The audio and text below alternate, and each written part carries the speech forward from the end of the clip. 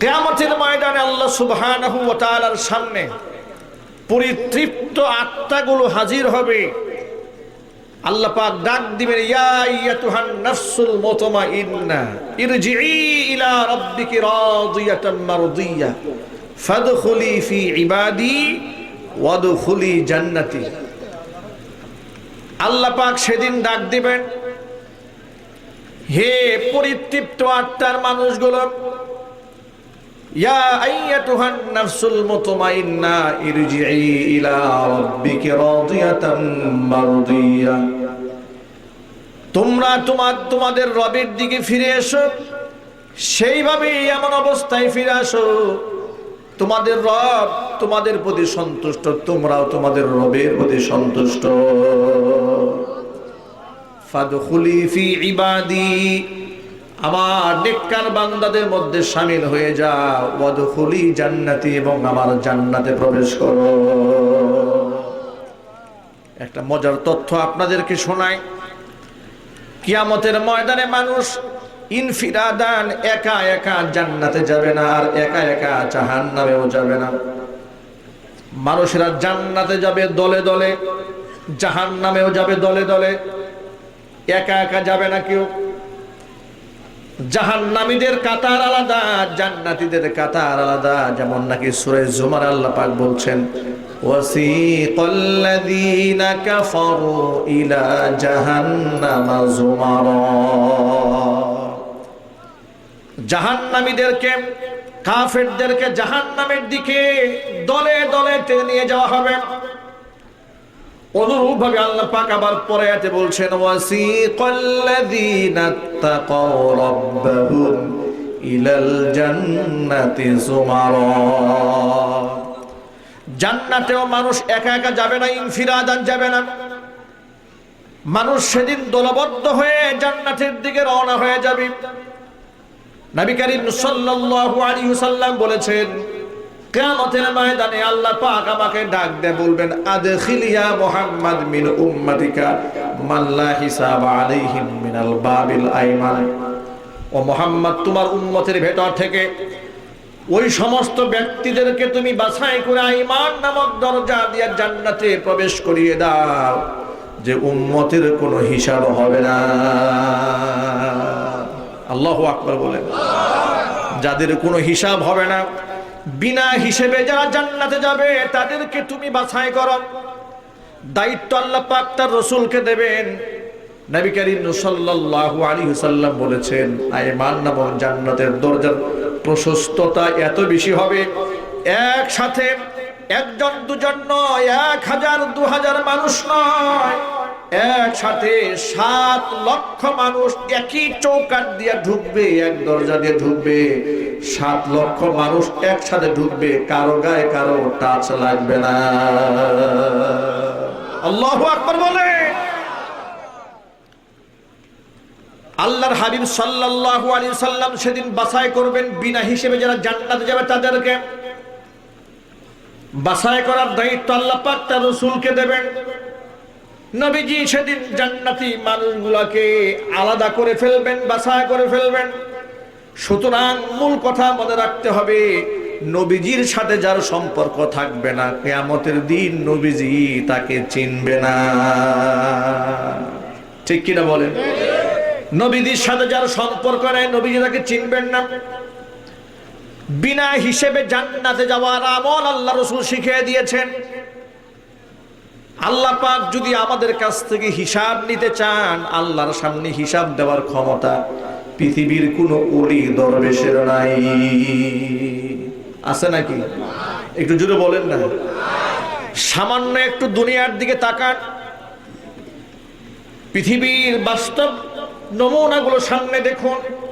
কোন দেশের সরকার যদি কোনো ব্যক্তিকে তল্লাশি করে, তালাশ করে, দুর্নীতি দমন কমিশনের মাধ্যমে ভালো করে যদি সার্চ দেওয়া হয়, তাহলে তার মুক্তির কোনো উপায় থাকে না। ঠিক কিনা বলেন? অথচ একটা সরকারের পক্ষে কখনোই জানা সম্ভব নয় মানুষের মনের কি অবস্থা, গোপন কি আছে, এটা কি জানা সম্ভব? জোরে বলুন না। মানুষের মনের খবর কি মানুষ বলতে পারে?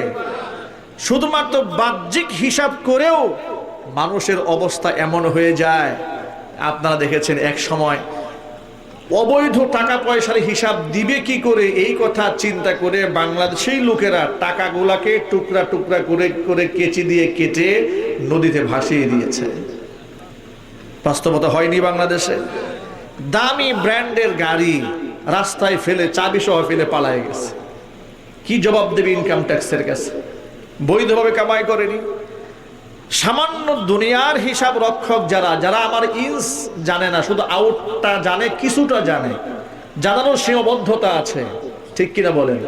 এই এতটুকু সীমাবদ্ধতা গণ্ডির মধ্যে একটু হিসাব টান দিলে যদি আমাদের অবস্থা এই হয় যে রব আমার ভেতর জানে, আমার বাহির জানে, আমার ইঞ্চ জানে, আমার আউট জানে, আমার অতীত জানে, আমার বর্তমান জানে, আমার ভবিষ্যৎ জানে, আমার জন্ম থেকে মৃত্যু পর্যন্ত সব যিনি জানেন, তার সামনে ফাঁকি দেওয়ার কোনো সুযোগ আছে নাকি?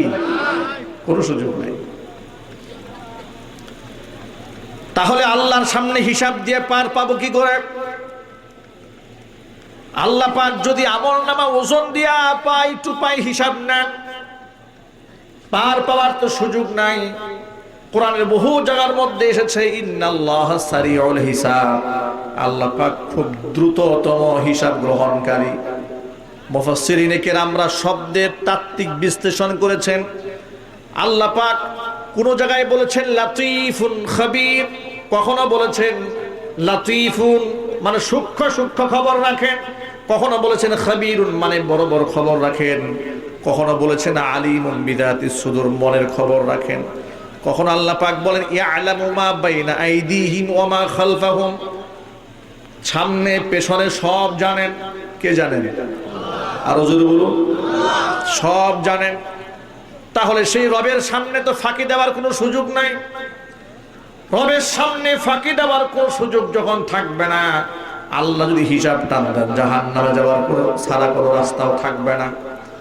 এই জন্য নবী করিম সাল্লাল্লাহু আলাইহি ওয়াসাল্লাম আমাদের সহজ দোয়া শিখিয়ে দিয়েছেন, আল্লাহুম্মা হাসিবনি হিসাবান ইয়াসীরা। সবাই আমার সাথে পড়েন আল্লাহুম্মা, সবাই জোরে বলেন আল্লাহুম্মা হাসিবনি হিসাবান ইয়াসীরা। দোয়াটি আল্লাহ নবী শিক্ষা দিয়েছেন, অর্থ হলো আল্লাহ তাআলা হাসিবনি হিসাবান ইয়াসীরা, আল্লাহ তুমি আমার বিচারটাকে, আমার হিসাবটাকে আল্লাহ তুমি সহজ বানিয়ে দাও। আলহামদুলিল্লাহ আলহামদুলিল্লাহি নাহমাদুহু ওয়া নাস্তাঈনুহু ওয়া নাস্তাগফিরুহু ওয়া নাউযু বিল্লাহি মিন শুরুরি আনফুসিনা ওয়া মিন সাইয়্যাতি আ'মালিনা। من يهده الله فلا مضل له ومن يضلله فلا هادي له، ونشهد أن لا إله إلا الله وحده لا شريك له، ونشهد أن سيدنا ونبينا وحبيبنا وشفيعنا ومولانا محمدا عبده ورسوله الذي أرسله بالحق بشيرا ونذيرا وداعيا إلى الله بإذنه وسراجا منيرا. فقد قال الله تعالى في كلامه المجيد وفي فرقانه الحميد: أعوذ بالله من الشيطان الرجيم. بسم الله الرحمن الرحيم. إن الله وملائكته يصلون على النبي يا أيها الذين آمنوا صلوا عليه وسلموا تسليما اللهم صل على محمد وعلى آل محمد كما صليت على إبراهيم وعلى آل إبراهيم إنك حميد مجيد اللهم بارك على محمد وعلى آل محمد كما باركت على إبراهيم وعلى إنك حميد مجيد মোহাব্বতের সাথে প্রাণ খুলে সকলে মিলে কিছুক্ষণ জিকির করুন লা ইলাহা ইল্লাল্লাহ টেবিলটা একটু আগাই দেন টেবিলটা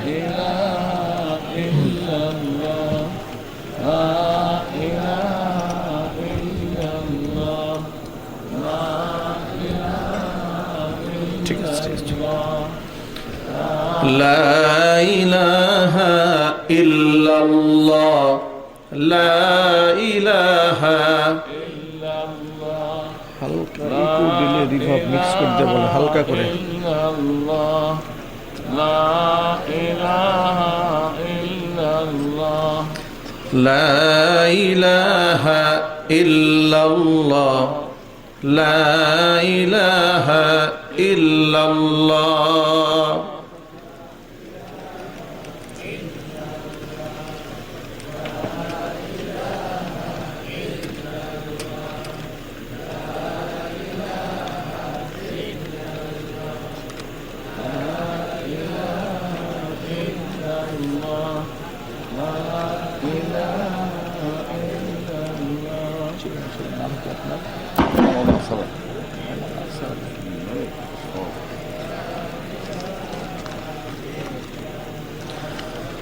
لا إله إلا الله لا إله إلا الله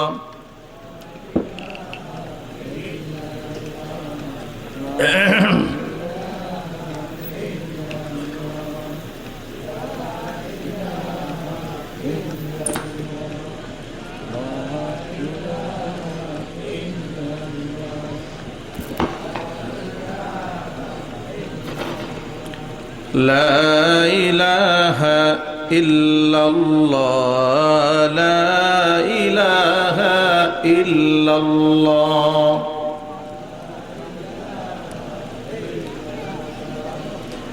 لا إله إلا الله محمد رسول الله সাল্লাল্লাহু আলাইহি ওয়াসাল্লাম ঐতিহ্যবাহী সিরাজগঞ্জ জেলার অন্তর্গত উল্লাপাড়া শ্যামপুর রেলগেট নুরানী জামে মসজিদের উন্নতি কল্পে আয়োজিত আজকের এই ১৬তম বার্ষিক তাফসীর কোরআন মাহফিলের শেষ অধিবেশনের সম্মানিত সভাপতি জনাব মোহাম্মদ আফসার আলী সাহেব চেয়ারম্যান ৬ নং দুর্গানগর নগর ইউনিয়ন পরিষদ আল্লাহ পাক তার নেক হায়াত দারাজ করুন। উপস্থিত আজকের তাফসীর কোরআন মাহফিলের সম্মানিত বিশেষ অতিথিবৃন্দ, হাজারাত উলামায়ে কেরাম, মুরব্বিয়ানে আযম, অত্র এলাকা এবং পার্শ্ববর্তী এলাকার বিভিন্ন প্রান্ত থেকে ছুটে আসা দিন দরদি, ঈমানদার, পরহেজগার, মুত্তাকি মুসলিম ভাইয়েরা, পর্দার অন্তরালে অবস্থানরত আমাদের সকলের শ্রদ্ধাভাজন পর্দানিসীন মা এবং বোনেরা, মহান আল্লাহ রাব্বুল আলামিনের দরবারে আলী শানে লাখো কোটি শুকরিয়া আদায় করছি যে মহান আল্লাহ রাব্বুল আলামিন মুসলিম উম্মার এই ক্লান্তি লগ্নে হাজারো প্রতিকূলতাকে উপেক্ষা করে শত সহস্র বাধাকে পেরিয়ে নবী করিম সাল্লাল্লাহু আলাইহি ওয়াসাল্লামের ভাষায় বেহেশতের বাগানের মধ্যে উলামায়ে কেরামের মাজলিসে কোরআন হাদিসের মাহফিলে আমাদেরকে বা ওয়াক্ত বা আজমত বা মোহাব্বত শামিল হওয়ার তৌফিক দান করেছেন। এজন্য আপনারা খুশি না বেজার? কম না বেশি? উচ্ছ্বসিত কণ্ঠে খুশি মনে মন প্রাণ উজাড় করে আল্লাহ পাকের শেখানো ভাষায় শুকরিয়া আদায় করছি। জবান ছেড়ে দিয়ে সকলে একযোগে বলছি আলহামদুলিল্লাহ। রব্বানা লাকাল হামদ হামদান কাসীরা তাইয়িবান মুবারাকান ফীহি। রব্বানা লাকাল হামদু কামা ইয়ানবাগি লিজালালি ওয়াজহিকা ওয়া আযীমি সুলতানিকা। আল্লাহ রাব্বুল আলামিন আজকে তাফসীরুল কুরআন মাহফিলকে কবুল করুন। শ্যামপুর রেলগেট নুরানি জামি মসজিদকে আল্লাহ তাআলা কিয়ামত পর্যন্ত কবুল করুন। মসজিদের সমস্ত হাজাত আল্লাহ পাক তার গায়বে খাজানা থেকে মিটিয়ে দেন। অক্লান্ত পরিশ্রম করে এই জান্নাতের বাগান যারা সাজিয়েছেন, দূরদারাজ থেকে শোনার জন্য যারা এসেছেন, আজকের মাহফিলের ওসিলা করে আল্লাহ তাআলা সকলকে পরিপূর্ণ হেদায়েত নসিব করুন। হেদায়েত দেওয়ার মালিককে মহাব্বতের সাথে প্রাণ খুলে জোর আওয়াজে বলুন, হেদায়েত দেওয়ার মালিককে। কোনো পীর কি হেদায়েত দেওয়ার মালিক? কোনো আলেম, কোনো দরবেশ? কোনো আলেম, পীর, দরবেশ তো দূরের কথা, পৃথিবীর কোনো নবী রাসূলকেও আল্লাহ পাক হেদায়েতের মালিক বানাননি। হেদায়েতের মালিক কে? আল্লাহর কাছে আমরা কায়মানুবাক্যে এই প্রার্থনা করছি, মিনতি করছি, আল্লাহ পাক যেন আজকের মাহফিলের ওসিলা করে আমাদের সকলকে পরিপূর্ণ হেদায়েত নসিব করেন। হেদায়েতের চেয়ে দামি দৌলত আর কি হতে পারে? হিদায়াতের চেয়ে দামি দৌলত আর কি হতে পারে? উলাইকা আলা হুদাম মির রাব্বিহিম ওয়া উলাইকা হুমুল মুফলিহুন। আল্লাহ বলছেন তাদের রবের হেদায়েতের উপর এরা প্রতিষ্ঠিত, এরাই সফলকাম। যারা হিদায়াতের উপর থাকবে তারাই সফলকাম।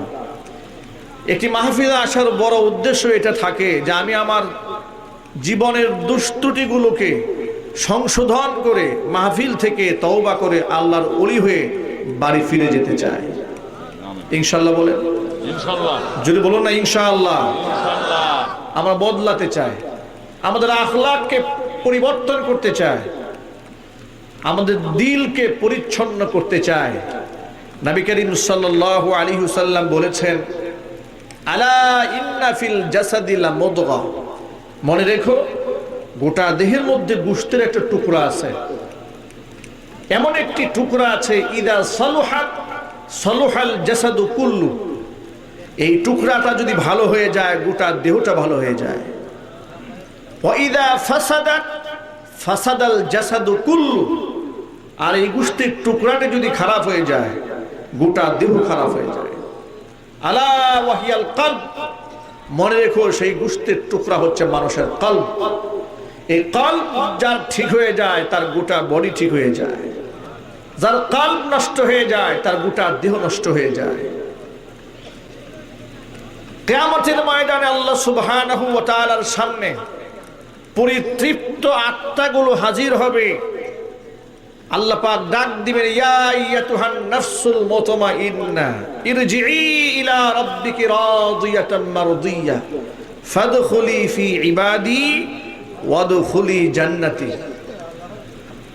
আল্লাহ পাক সেদিন ডাক দিবেন, হে পরিতৃপ্ত আত্মার মানুষগুলো, ইয়া আইয়াতুহান নাফসুল মুতমাইন্না ইরজিই ইলা রাব্বিকি রাদিয়াতাম মারদিয়া। তোমরা তোমাদের রবের দিকে ফিরে এসো, সেইভাবে এমন অবস্থায় ফিরে আসো তোমাদের রব তোমাদের প্রতি সন্তুষ্ট, তোমরাও তোমাদের রবের প্রতি সন্তুষ্ট। ফাদখুলি ফি ইবাদি। আমার নেককার বান্দাদের মধ্যে শামিল হয়ে যাও। ওয়াদখুলি জান্নাতি। এবং আমার জান্নাতে প্রবেশ করো। একটা মজার তথ্য আপনাদেরকে শোনাই। কিয়ামতের ময়দানে মানুষ ইনফিরাদান, একা একা জান্নাতে যাবে না, আর একা একা জাহান্নামেও যাবে না। মানুষেরা জান্নাতে যাবে দলে দলে, জাহান্নামেও যাবে দলে দলে, একা একা যাবে না কেউ। জাহান্নামীদের কাতার আলাদা, জান্নাতীদের কাতার আলাদা। যেমন নাকি সূরা জুমার আল্লাহ পাক বলছেন, ওয়াসিকাল্লাযীনা কাফারু ইলা জাহান্নামা যুমারা। জাহান্নামীদেরকে, কাফেরদেরকে জাহান্নামের দিকে দলে দলে টেনে নিয়ে যাওয়া হবে। অনুরূপ ভাবে আল্লাহ পাক আবার পরে আয়াতে বলছেন, ওয়াসিকাল্লাযীনা তাকাউ রাব্বাহুম ইলাল জান্নাতি যুমারা। জান্নাতেও মানুষ একা একা যাবে না, ইনফিরাদান যাবে না। মানুষ সেদিন দলবদ্ধ হয়ে জান্নাতের দিকে রওনা হয়ে যাবে। নবী করিম সাল্লাল্লাহু আলাইহি ওয়াসাল্লাম বলেছেন, কিয়ামতের ময়দানে আল্লাহ পাক আমাকে ডাক দিয়ে বলবেন, আদখিল ইয়া মুহাম্মদ মিন উম্মাতিকা মান লা হিসাবা আলাইহিম মিনাল বাবিল আইমান। ও মুহাম্মদ, তোমার উম্মতের ভেতর থেকে ওই সমস্ত ব্যক্তিদেরকে তুমি বাছাই করে ঈমান নামক দরজা দিয়ে জান্নাতে প্রবেশ করিয়ে দাও, যে উম্মতের কোনো হিসাব হবে না। আল্লাহু আকবার বলেন। যাদের কোনো হিসাব হবে না, বিনা হিসেবে যারা জান্নাতে যাবে তাদেরকে তুমি বাছাই করো। দায়িত্ব আল্লাহ পাক তার রাসূলকে দেবেন। নবী করিম সাল্লাল্লাহু আলাইহি ওয়াসাল্লাম বলেছেন, ঈমান নামক জান্নাতের দরজার প্রশস্ততা এত বেশি হবে, একসাথে একজন দুজন নয়, 1000 2000 মানুষ নয়, একসাথে 7 লক্ষ মানুষ একই চৌকাঠ দিয়ে ঢুকবে, এক দরজা দিয়ে ঢুকবে। 7 লক্ষ মানুষ একসাথে ঢুকবে, কারো গায়ে কারো টাচ লাগবে না। আল্লাহু আকবার বলে। আল্লাহর হাবিব সাল্লাল্লাহু আলাইহি ওয়াসাল্লাম সেদিন বাছাই করবেন বিনা হিসেবে যারা জান্নাতে যাবে তাদেরকে। বাছাই করার দায়িত্ব আল্লাহ পাক তার রাসূলকে দেবেন। নবীজি সেদিন জান্নাতি মানুষগুলোকে আলাদা করে ফেলবেন, বাছাই করে ফেলবেন। সুতরাং মূল কথা মনে রাখতে হবে, নবীজির সাথে যার সম্পর্ক থাকবে না, কিয়ামতের দিন নবীজি তাকে চিনবে না। ঠিক কিনা বলেন? নবীজির সাথে যার সম্পর্ক নেই, নবীজি তাকে চিনবেন না। বিনা হিসেবে জান্নাতে যাওয়ার আমল আল্লাহ রাসূল শিখিয়ে দিয়েছেন। আল্লাহ পাক যদি আমাদের কাছ থেকে হিসাব নিতে চান, আল্লাহর সামনে হিসাব দেওয়ার ক্ষমতা পৃথিবীর কোনো ওলি দরবেশের নাই। আছে নাকি? একটু জোরে বলেন না। সামান্য একটু দুনিয়ার দিকে তাকান, পৃথিবীর বাস্তব নমুনাগুলো সামনে দেখুন। কোন দেশের সরকার যদি কোনো ব্যক্তিকে তল্লাশি করে, তালাশ করে, দুর্নীতি দমন কমিশনের মাধ্যমে ভালো করে যদি সার্চ দেওয়া হয়, তাহলে তার মুক্তির কোনো উপায় থাকে না। ঠিক কিনা বলেন? অথচ একটা সরকারের পক্ষে কখনোই জানা সম্ভব নয় মানুষের মনের কি অবস্থা, গোপন কি আছে, এটা কি জানা সম্ভব? জোরে বলুন না। মানুষের মনের খবর কি মানুষ বলতে পারে? শুধুমাত্র বাহ্যিক হিসাব করেও মানুষের অবস্থা এমন হয়ে যায়। আপনারা দেখেছেন এক সময় অবৈধ টাকা পয়সার হিসাব দিবে কি করে, এই কথা চিন্তা করে বাংলাদেশেই লোকেরা টাকাগুলাকে টুকরা টুকরা করে করে কেচি দিয়ে কেটে নদীতে ভাসিয়ে দিয়েছে। বাস্তবতা হয়নি বাংলাদেশে? দামি ব্র্যান্ডের গাড়ি রাস্তায় ফেলে, চাবি সহ ফেলে পালায় গেছে। কি জবাব দেবে ইনকাম ট্যাক্সের কাছে? বৈধভাবে কামাই করেনি। সামান্য দুনিয়ার হিসাব রক্ষক যারা, যারা আমার ইঞ্চ জানে না, শুধু আউটটা জানে, কিছুটা জানে, জানানোর সীমাবদ্ধতা আছে। ঠিক কিনা বলেন? এই এতটুকু সীমাবদ্ধতা গণ্ডির মধ্যে একটু হিসাব টান দিলে যদি আমাদের অবস্থা এই হয় যে রব আমার ভেতর জানে, আমার বাহির জানে, আমার ইঞ্চ জানে, আমার আউট জানে, আমার অতীত জানে, আমার বর্তমান জানে, আমার ভবিষ্যৎ জানে, আমার জন্ম থেকে মৃত্যু পর্যন্ত সব যিনি জানেন, তার সামনে ফাঁকি দেওয়ার কোনো সুযোগ আছে নাকি? কোনো সুযোগ নাই। তাহলে আল্লাহর সামনে হিসাব দিয়ে পার পাবো কি করে? আল্লাহ পাক যদি আমলনামা ওজন দিয়া পাই টু পাই হিসাব নেন, পার পাওয়ার তো সুযোগ নাই। কোরআনের বহু জায়গার মধ্যে এসেছে ইন্নাল্লাহা সারিউল হিসাব, আল্লাহ পাক খুব দ্রুততম হিসাব গ্রহণকারী। মুফাসসিরিনে কেরামরা শব্দের তাত্ত্বিক বিশ্লেষণ করেছেন। আল্লাহ পাক কোন জায়গায় বলেছেন লাতীফুন খাবীর, কখনো বলেছেন লাতীফুন মানে সূক্ষ্ম সূক্ষ্ম খবর রাখেন, কখনো বলেছেন খাবীরুন মানে বড় বড় খবর রাখেন, কখনো বলেছেন আলিমুন বিদাতিস সুদূর মনের খবর রাখেন। কখনো আল্লাহ পাক বলেন ইয়ালামু মা বাইনা আইদিহিম ওয়া মা খালফাহুম, সামনে পেছনে সব জানেন। কে জানেন? আরো জোরে বলুন। সব জানেন। তাহলে সেই রবের সামনে তো ফাঁকি দেওয়ার কোনো সুযোগ নাই। রবের সামনে ফাঁকি দেওয়ার কোনো সুযোগ যখন থাকবে না, আল্লাহ যদি হিসাব টান দেন জাহান্নামে যাওয়ার কোনো ছাড়া কোনো রাস্তাও থাকবে না। এই জন্য নবী করিম সাল্লাল্লাহু আলাইহি ওয়াসাল্লাম আমাদের সহজ দোয়া শিখিয়ে দিয়েছেন, আল্লাহুম্মা হাসিবনি হিসাবান ইয়াসীরা। সবাই আমার সাথে পড়েন আল্লাহুম্মা, সবাই জোরে বলেন আল্লাহুম্মা হাসিবনি হিসাবান ইয়াসীরা। দোয়াটি আল্লাহ নবী শিক্ষা দিয়েছেন, অর্থ হলো আল্লাহ তাআলা হাসিবনি হিসাবান ইয়াসীরা, আল্লাহ তুমি আমার বিচারটাকে আমার হিসাবটাকে আল্লাহ তুমি সহজ বানিয়ে দাও। সহজ মানে হচ্ছে বিনা হিসেবে জান্নাত। কোন সুবহানাল্লাহ। সহজ মানে কি? বিনা হিসেবে জান্নাত। যত সহজ করে আল্লাহ হিসাব নেন, মুক্তির কোনো উপায় আমাদের নাই। এই জন্য আল্লাহর কাছে সবসময় দোয়া করতে হবে, আর আত্মাকে পরিচ্ছন্ন রাখতে হবে রবের সামনে। কোন প্রকার মনের মধ্যে অহংকার হিংসা জায়গা দেওয়া যাবে না, রিয়া সুমআত জায়গা দেওয়া যাবে না, লোক দেখানো ইবাদত মনের মধ্যে জায়গা দেওয়া যাবে না, এমন মোটেও করা যাবে না। সারা বছর নামাজ রোজার খবর নাই, ইলেকশন আসলে মাথায় টুপি দেওয়া, নির্বাচন আসলে মাথায় সালাম দেওয়া, এটা কোনোদিন করা যাবে না। জোরে বলেন না ঠিক কিনা? আমার গোটা জিন্দেগি ইসলাম দ্বারা সাজাতে হবে, হুকুম দিয়েছেন কে? আরো জোরে বলেন না কে? ও আমার যুবক ভাইরা, আল্লাহর হাবিব রাহমাতুল লিল আলামিনের জন্য বলেন, গোটা দেহের মধ্যে সবচেয়ে গুরুত্বপূর্ণ অধ্যায় হচ্ছে কলব। এটা যার পাক হয়ে যায়, গোটা দেহ পাক হয়ে যায়। এটা যদি নাপাক হয়ে যায়, গোটা দেহটাই নাপাক হয়ে যায়। লুকমান হাকিমের নাম আপনারা সকলেই শুনেছেন। কোন নবীও ছিলেন না, পয়গাম্বর ছিলেন না, কিন্তু তার নামে কোরআনে সূরা আছে না নাই? জোরে বলেন। সূরার নাম কি? সূরা লুকমান।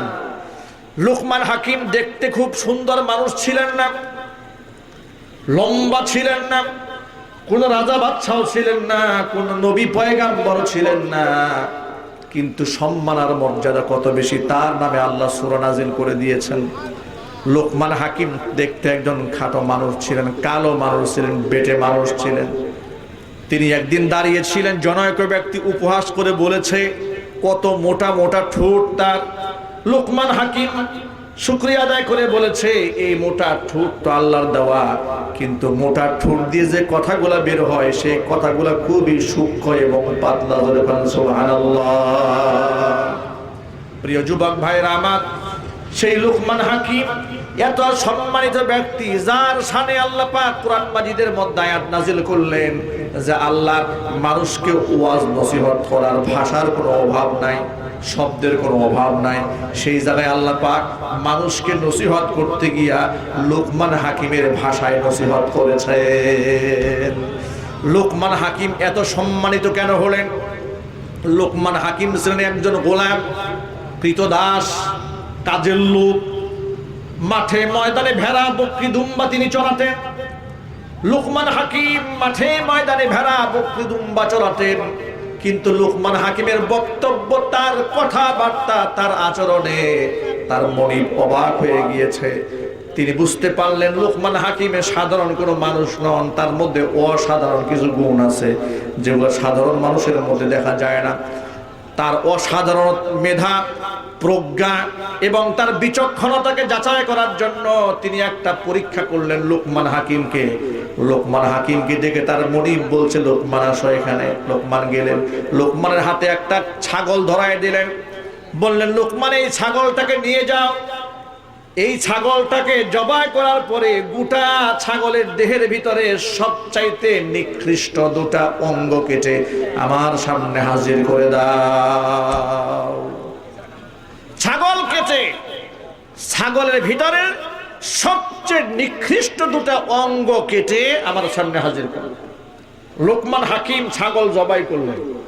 ছাগল জবাই করে চামড়া ছিললেন, গোশতগুলো টুকরা টুকরা করে দুইটা অঙ্গ কেটে মনিবের সামনে হাজির করলেন। মুফাসসিরিন কিরামরা লিখেছেন, মনিব সামনে তাকিয়ে দেখছেন লোকমান হাকিম গোটা ছাগলের নিকৃষ্ট অঙ্গ বলতে তার লজ্জাস্থানও আনে নাই, লেজও আনে নাই, পাও আনে নাই, শিংও আনে নাই, পেশাবের রাস্তাও নিয়ে আসেনি, পায়খানার রাস্তাও নিয়ে আসেনি। কি নিয়ে আসছে? কলব, তার হৃৎপিণ্ডটা কেটে এবং জিহ্বাটা কেটে মনিবের সামনে হাজির করে দিয়েছে। মনিবের সামনে হাজির করে দিয়ে বলছে যে এই গোটা দেহের মধ্যে সবচেয়ে নিকৃষ্ট এই দুটা অঙ্গ। লোকমান হাকিমের মনিব বুঝতে পারলেন লোকমান হাকিমের বিচক্ষণতার গভীরতা। কিছুদিন যেতে না যেতে লোকমান হাকিমের মনিব এবার লোকমান হাকিমকে আবার ডাকলেন। লোকমান হাকিমকে ডেকে বলছে, লোকমান, তুমি আজকে আরেকটা ছাগল জবাই করবে। এই ছাগলটা জবাই করে এই ছাগলের সবচেয়ে উৎকৃষ্ট এবং দামি দুটা অঙ্গ কেটে আমার সামনে হাজির করবে। লোকমান হাকিম এবার আরেকটা ছাগল জবাই করলেন। জবাই করে উৎকৃষ্ট দুটা অঙ্গ কেটে মনিবের সামনে হাজির করে দিয়েছে। লোকমান হাকিম সামনে যখন মনিবের সামনে অঙ্গ দুটা দিয়েছে, লোকমান হাকিমের মনিব তাকিয়ে দেখে অবাক বিস্ময় ঘটনা। সবচাইতে নিকৃষ্ট অঙ্গ কাটার কথা বলেছিলাম, যে দুটা অঙ্গ কেটে এনেছিল, সবচাইতে দামি অঙ্গ কাটতে বললেও লোকমান হাকিম ওই দুটা অঙ্গ কেটে এনে দিয়েছে। লোকমান হাকিম তার মনিবটাকে বলছে, লোকমান, ব্যাপারটা কি? তোমাকে কয়েকদিন আগে বলেছি যে খাসির সবচেয়ে নিকৃষ্ট অঙ্গ কেটে আমার সামনে এনে দাও, তুমি জিহ্বার হৃৎপিণ্ড কেটে এনে দিয়েছো। আবার বললাম যে এই খাসির সবচেয়ে দামি অঙ্গটা কেটে আমাদের সামনে এনে দাও, আর তুমি সেই হৃৎপিণ্ড, সেই জিহ্বাটা কেটে আনলে, কারণটা কি? লোকমান হাকিম বলছেন, মনিব, এই দুটা অঙ্গ হচ্ছে এমন দুটি অঙ্গ, দেহের মধ্যে সবচেয়ে গুরুত্বপূর্ণ অঙ্গ। যদি এ দুটা জিনিস পবিত্র হয়ে যায়, এর থেকে দামি অঙ্গ আর দেহের মধ্যে নেই। একটা হচ্ছে মানুষের কান, আরেকটা হচ্ছে মানুষের জিহ্বা। আর এই দুটা জিনিস যদি নষ্ট হয়, পচে যায়, গোটা দেহের মধ্যে এর থেকে খারাপ অঙ্গ আর নাই। কথা একটু জোরে বলতে হবে, ঠিক কিনা? গোটা সমাজের দিকে তাকিয়ে দেখুন, সমাজের মধ্যে জবানের কারণে লোকেরা ফুলের মালা পায়, এই জবানের কারণে লোকেরা জুতার বাড়ি খায়। একটু জোরে বলতে হবে, কথা ঠিক কিনা বলেন? কাল এটা যদি নষ্ট হয়ে যায়, চাকচিক্য আর চেহারা অবয়ব যতই সুন্দর হোক না কেন, কোনো কাজে আসে না। বিলাল হাফসির মতো গোলামের দাম আল্লাহ পাক আসমান সমতল তুল্য করে দিয়েছেন। মানুষ কানও কিন্তু অন্তর এত বেশি পরিচ্ছন্ন। নবী করিম সাল্লাল্লাহু আলাইহি ওয়াসাল্লাম ফজরের নামাজ শেষ করে মুসল্লিদের দিকে রূপ করে বসে আছেন আর সাহাবীদের কাছ থেকে কথোপকথন শুনতেছিলেন। এমন সময় পাশে বসা ছিলেন হযরতে বিলাল। বিলালকে ডেকে বললেন, বিলাল, তুমি এমন কি আমল করো যে গত রজনীতে স্বপ্ন যুগে জান্নাতের ভিতরে ইন্নী কাদ সামি'তু দাফান আলাইকা ফিল জান্নাতি, বেহেশতের মধ্যে আমি তোমার পায়ের জুতার আওয়াজ শুনতে পেয়েছি।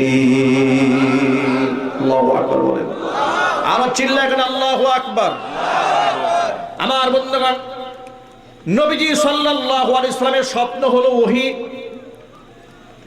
তাম পৃথিবীর সমস্ত নবীদের স্বপ্ন আল্লাহর পক্ষ থেকে ওহী ছিল, শয়তান দেখায়নি। দেখিয়েছেন কে?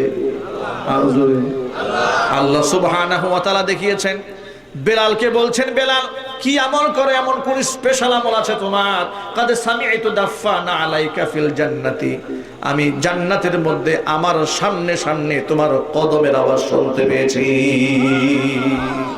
আমি উপলব্ধি করতে পেরেছিলাম বেহেশতে আমি একা নয়, আমার খাদেম, আমার সাথী, আমার ভালোবাসার পাত্র বিলাল আমার সামনে সামনে হাঁটতেছে। কি আমল করো বেলাল? মানুষ একেবারেই কালো, দাম নাই, মানুষ তাকে দাম দেয় না। আর বেহেশতে রাসূল সাল্লাল্লাহু আলাইহি ওয়াসাল্লাম তার সামনে বেলালের পাওয়ার আওয়াজ শুনতে পান। বেলাল রাদিয়াল্লাহু তাআলা আনহু বললেন, নবীজি তেমন বড় কোনো আমল নাই, যা বলেন তাই তো হুবহু পালন করি। একটা আমল কন্টিনিউ করার চেষ্টা করি, সেটা হলো আমি যখন জরুরত সারি, ইস্তিনজা করি, পবিত্র হয়ে যায়, ওযু করে সব সময় তাহিয়াতুল ওযু 2 রাকাত নামাজ আদায় করি। কখনো নাপাক হালাতে থাকি না, সব সময় পাক পবিত্র অবস্থায় থাকি। নবীজি বললেন, বেলাল আমলটা ছেড়ে দিও না। আল্লাহ পাক পবিত্রতার আমলকে ভালোবাসেন। আল্লাহ সুবহানাহু ওয়া তাআলা এই আমলের বদৌলতে জান্নাতে আমার সামনে সামনে তোমার কদমের আওয়াজ আমাকে শুনিয়ে দিয়েছে। ও যুবক ভাইয়ের আমার, নবী করিম সাল্লাল্লাহু আলাইহি ওয়াসাল্লাম পবিত্রতার ব্যাপারে স্পষ্ট জানিয়ে দিয়েছেন, আত-তুহুরু শাত্রুল ঈমান। পবিত্রতা ঈমানের অঙ্গ। কোরআন মাজিদের মধ্যে আল্লাহ যেখানে ঘোষণা দিয়ে দিলেন, ইন্নাল্লাহা ইউহিব্বুত তাওয়াবিনা ওয়া ইউহিব্বুল মুতাতাহহিরিন। আল্লাহ পাক তওবাকারীদেরকে পছন্দ করেন। আল্লাহ পাক পবিত্রতা, অধিক পবিত্রতা অবলম্বনকারীদেরকে আল্লাহ ভালোবাসেন।